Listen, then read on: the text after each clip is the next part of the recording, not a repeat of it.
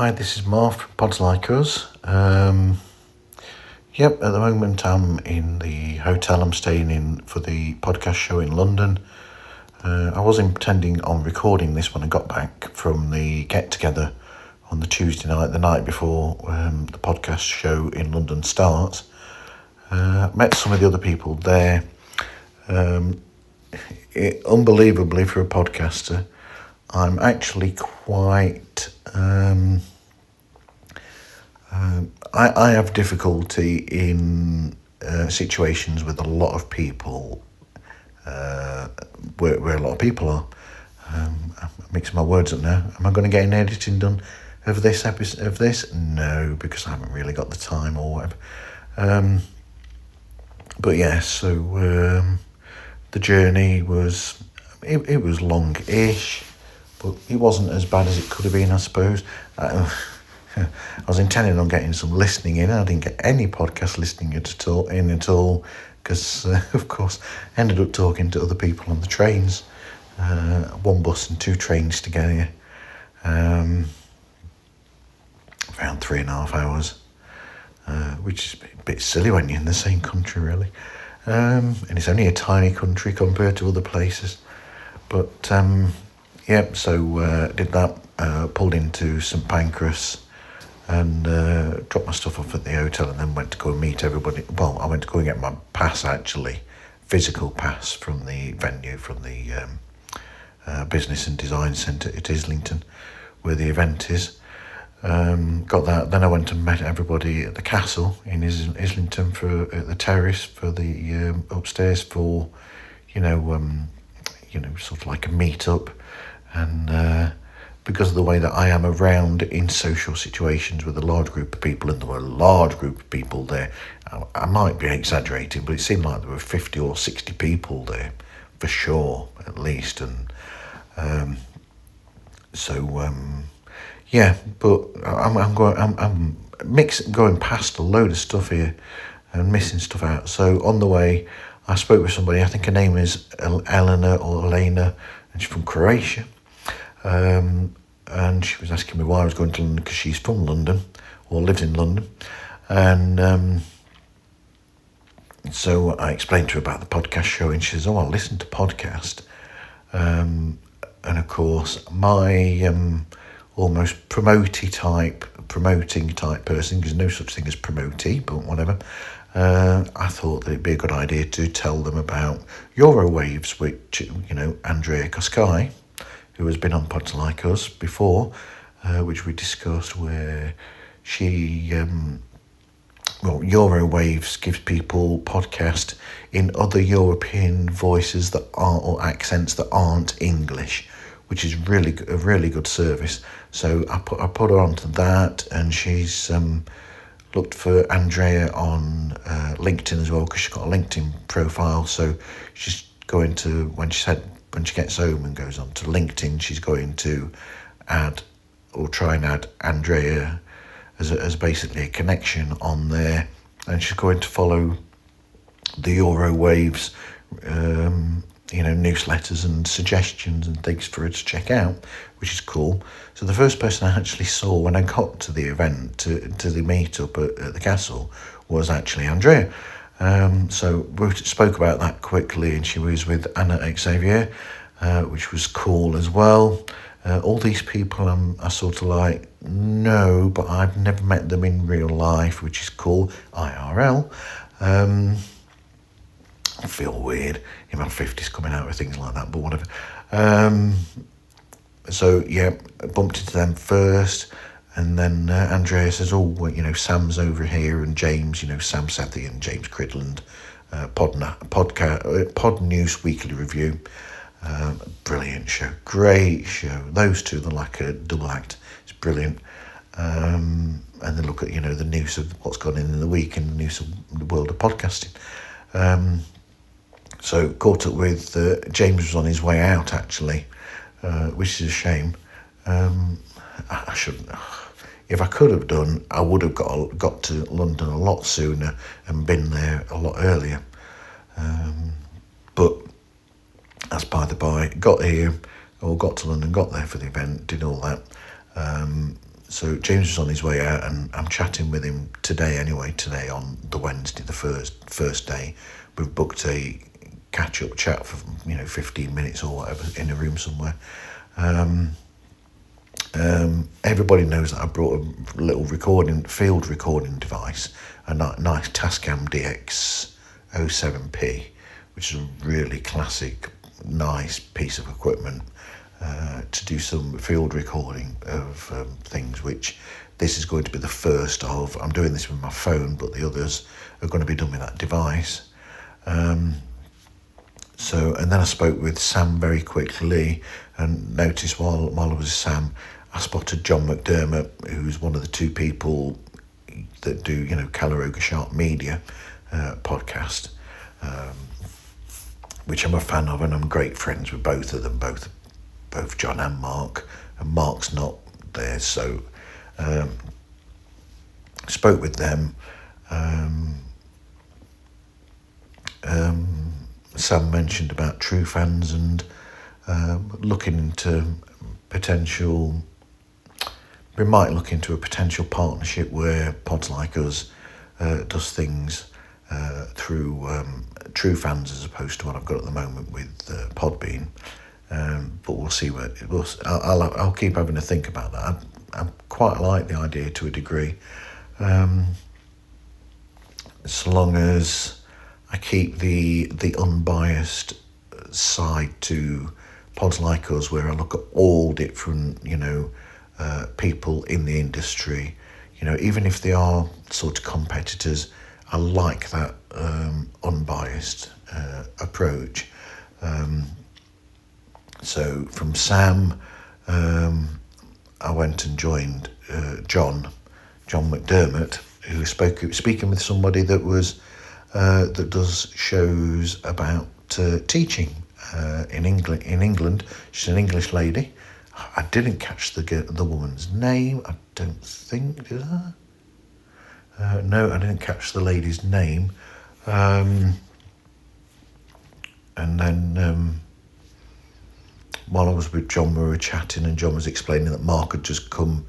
Mark Francis of Calaroga Sharp didn't come because Mark had just been away somewhere at the weekend, and he thought about it and came back on Sunday, but he was like, well, coming back on Sunday and then going away again on the Monday, it's a long way to be away from the family or whatever, so, which is true, and John's presence will be great at the event. But we spoke about, John was on the great episode that we did where a group of us spoke about, the use of AI in podcasting. While there, his friend, his old friend Steve Razors, I think his name is, or Razors, I think. He turned up and surprised John, because he used to work in conjunction with John when Razors worked for Nickelodeon, and John worked, I think, at that point for Sirius XM. That was great. I like Steve. He's a nice guy, and of course, with my very close cropped and balding head, I made a joke about the fact that that I said to Steve that I'm envious of the quiff on his hair. Basically his haircut, because he's got hair. Self-deprecating, as always, that I am. And also, I'm trying to be quick with all this lot. This should be quick, but it's not, obviously. Who else did I bump into?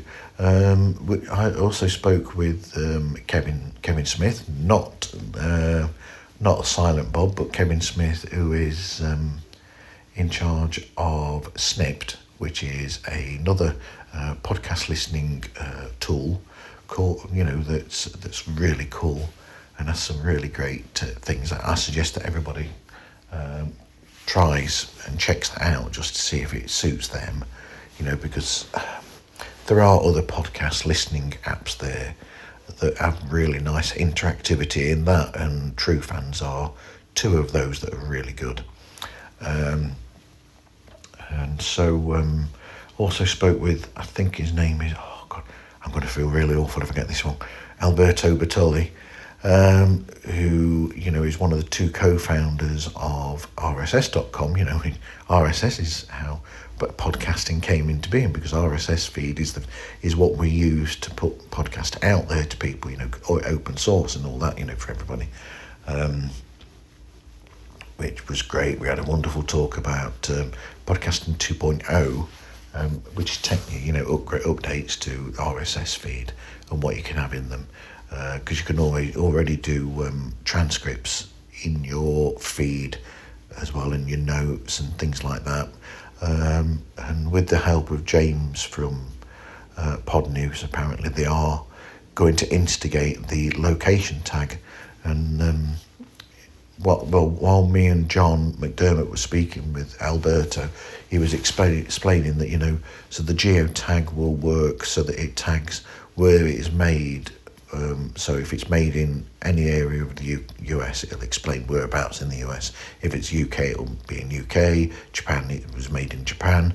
But he also said that if you wanted to, he's also setting it up so that you can, if it's a show that's made in one place but talks about somewhere else, you can have that as a geotag as well, where it will tag where it's about, which is interesting as well.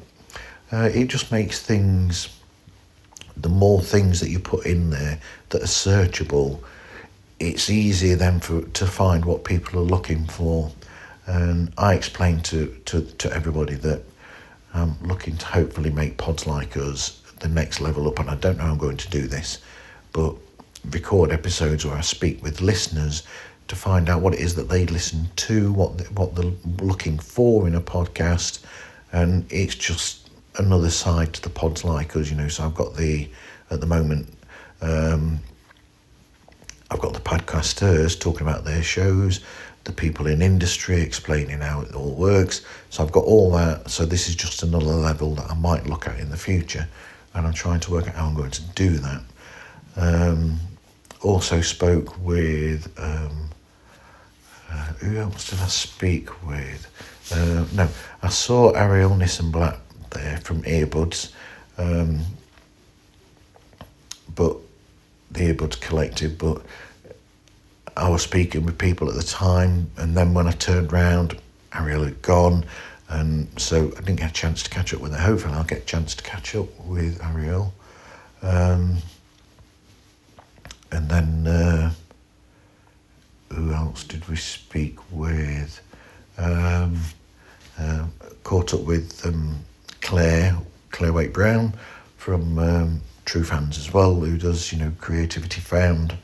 And that was cool to catch up with Claire. And then I spoke with Claire's editor of her shows, Silas Vogt, and nice guy, funny guy as well. Gave me 2 business cards, just to make sure that I don't forget. I'm trying to think of who else I spoke with. My notes are all the way over the other side of the hotel space over there.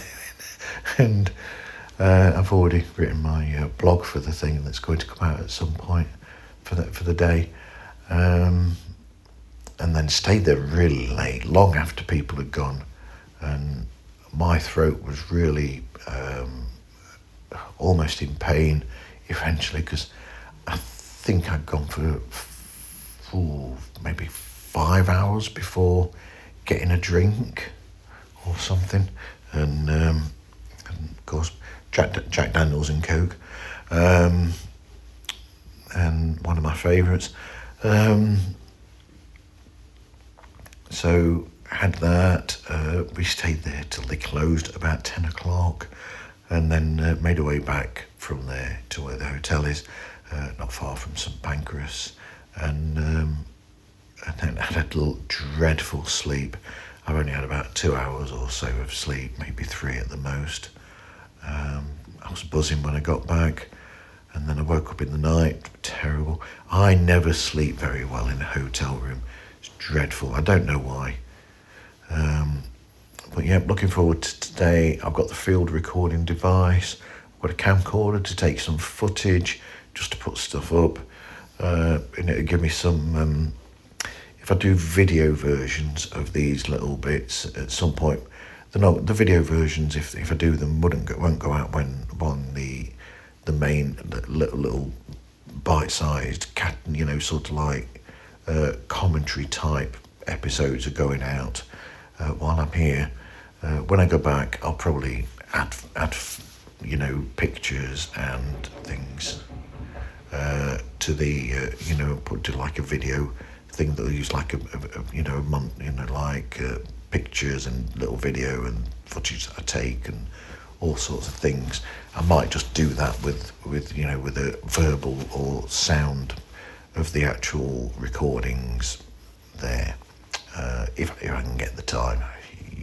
I may end up using the same, just making a video up and making it the same video for every single thing.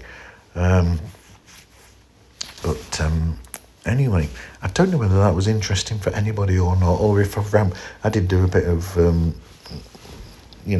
rambling there, but we'll see. It's going to be a fun couple of days for sure. Take care.